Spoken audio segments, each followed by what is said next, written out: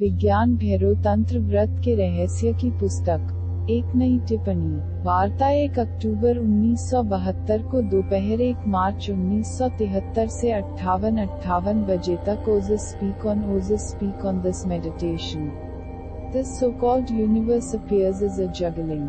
एक तस्वीर को दिखाने के लिए इसे पहले ही डाउनलोड करें। यह पूरी दुनिया एक नाटक की तरह है, इसलिए इसके बारे में बहुत गंभीर मत बनो। गंभीरता आपको मुसीबत में डाल देगी, आप मुश्किल में पड़ जाएंगे। इसके बारे में गंभीर मत बनो, कुछ भी गंभीर नहीं है। यह पूरी दुनिया सिर्फ एक नाटक है। यदि आप पूरी दुनिया को एक नाटक के रूप में देख सकते हैं तो आप अपनी मूल चेतना को पुनः प्राप्त करेंगे। धूल इकट्ठी हो जाती है क्योंकि तुम इतने गंभीर हो। वह गंभीरता समस्याएं पैदा करती है, और हम इतने गंभीर हैं कि एक नाटक को देखते हुए भी हम धूल जमा करते हैं। एक तस्वीर घर पर जाएं और दर्शकों को देखें, स्क्रीन पर मत देखो।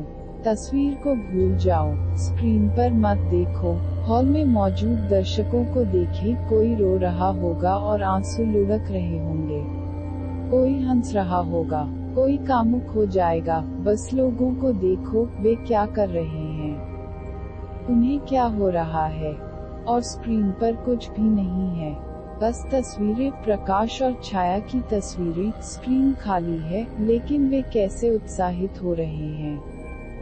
वे रो रहे हैं, हंस रहे हैं। तस्वीर सिर्फ एक तस्वीर नहीं है, फिल्म सिर्फ एक फिल्म नहीं है। वे भूल गए हैं कि यह सिर्फ एक कहानी है। उन्होंने इसे गंभीरता से लिया है। यह जीवित हो गया है, यह असली है, और यह हर जगह हो रहा है।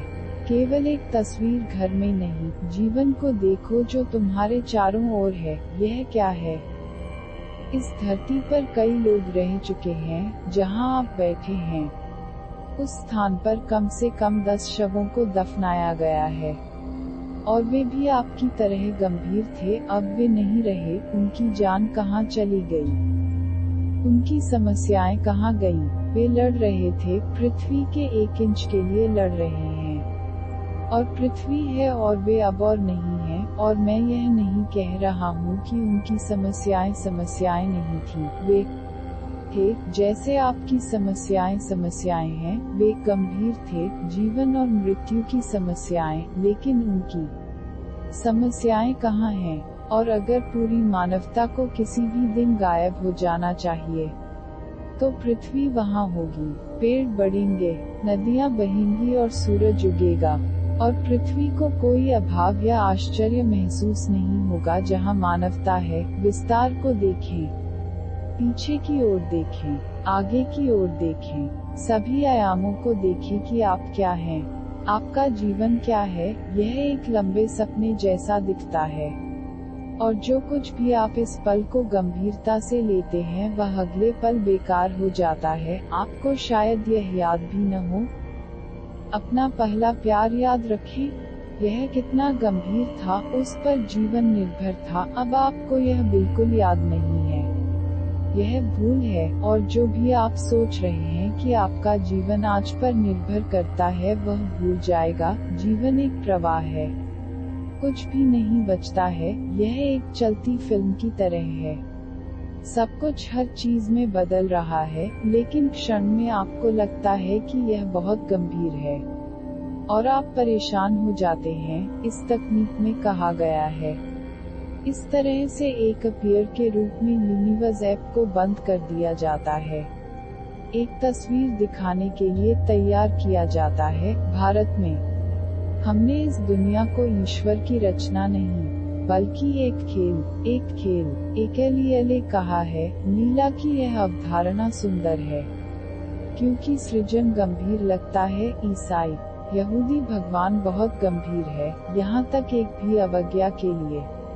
एडम को ईडन गार्डन से बाहर निकाल दिया गया था, और न केवल उसे बाहर फेंक दिया गया था, क्योंकि उसकी वजह से पूरी मानवता थी। वह हमारे पिता थे, और हम उनकी वजह से पीड़ित हैं। भगवान इतने गंभीर लग रहे हैं, उसकी अवज्ञा नहीं की जानी चाहिए। और अगर उसकी अवज्ञा की जाती है, तो वह बदला लेने जा रहा है।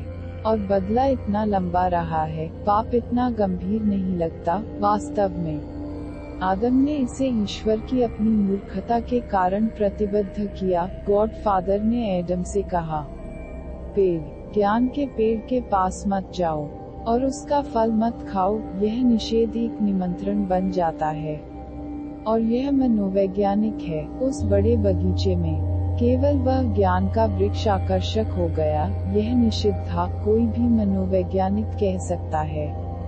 भगवान ने एक त्रुटि की, यदि उस पेड़ का फल नहीं खाया जाना था तो इसके बारे में बात नहीं करना अच्छा था। आदम के उस पेड़ तक पहुंचने की कोई संभावना नहीं थी, और पूरी मानवता बगीचे में रही होगी। लेकिन यह कहावत, इस आदेश खाना मत खाओ, ने मुसीबत खड़ी कर दी। इस नहीं ने पूरी मुसीबत खड़ी कर दी, क्योंकि एडम ने अवज्ञा की थी कि उसे स्वर्ग से बाहर निकाल दिया गया था। और बदला इतना लंबा लगता है, और ईसाई कहते हैं कि यीशु को हमें छुड़ाने के लिए सूली पर चढ़ाया गया था, हमें उस पाप से छुड़ाने के लिए जो आदम ने किया था। तो इतिहास की पूरी ईसाई अवधारणा दो व्यक्तियों, आदम और जीसस पर लटकी है। आदम ने पाप किया और यीशु ने हमें इससे छुटकारा दिलाया और खुद को सूली पर चढ़ा दिया। उसे कष्ट हुआ ताकि आदम के पाप को क्षमा किया जा सके, लेकिन ऐसा नहीं लगता कि परमेश्वर ने अभी तक क्षमा किया है।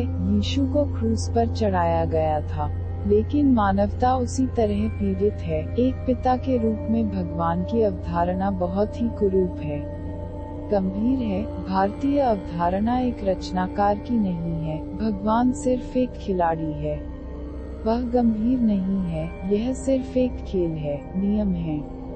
लेकिन एक खेल के नियम, आपको उनके बारे में गंभीर होने की आवश्यकता नहीं है। कुछ भी पाप नहीं है, केवल त्रुटि, और आप त्रुटि के कारण पीड़ित हैं। इसलिए नहीं कि ईश्वर आपको दंड देता है, आप उन नियमों के कारण पीड़ित हैं जिनका आप पालन नहीं करते हैं।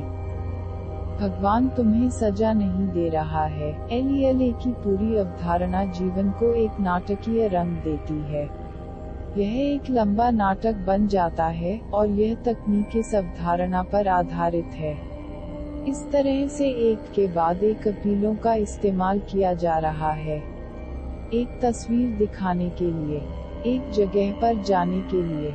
इसे ऊपर से देखें, यदि आप दुखी हैं, तो आपने इसे बहुत गंभीरता से लिया है, और खुश रहने का कोई तरीका खोजने की कोशिश न करें, बस अपना दृष्टिकोण बदलो। आप गंभीर मन से खुश नहीं हो सकते, उत्सवी मन से आप खुश रह सकते हैं। इस पूरे जीवन को एक कहानी के रूप में, एक मिथक के रूप में लें, यह एक है।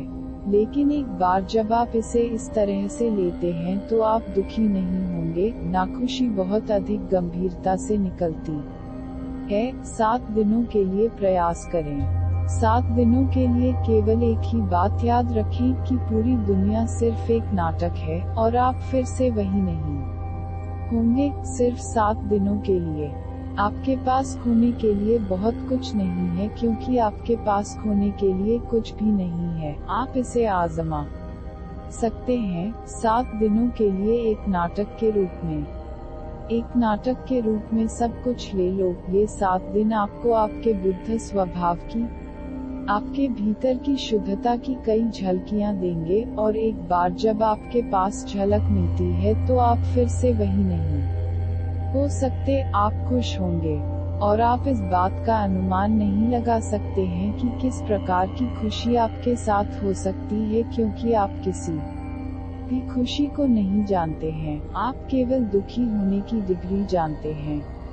कभी आप अधिक दुखी थे, कभी कम दुखी थे, और जब आप कम दुखी होते थे तो आप इसे खुशी कहते थे। तुम नहीं जानते कि सुख क्या है, क्योंकि तुम नहीं जान सकते। जब आपके पास दुनिया की एक अवधारणा है जिसमें आप इसे बहुत गंभीरता से ले रहे हैं, तो आप नहीं जान सकते कि खुशी क्या है। खुशी तो तब होती है जब आप इस रवैये में डूब जाते हैं कि दुनिया सिर्फ एक नाटक है। तो यह कोशिश करो और सब कुछ बहुत उत्सव के तरीके से करें। जश्न मनाएं। एक कार्य करें, एक वास्तविक चीज नहीं। यदि आप एक पति हैं तो एक नाटक करें, एक पति बने।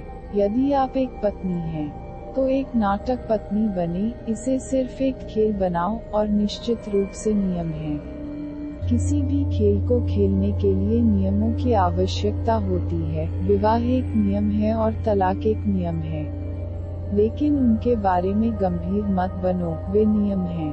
और एक नियम दूसरे को भूल जाता है। तलाक बुरा है क्योंकि विवाह बुरा है।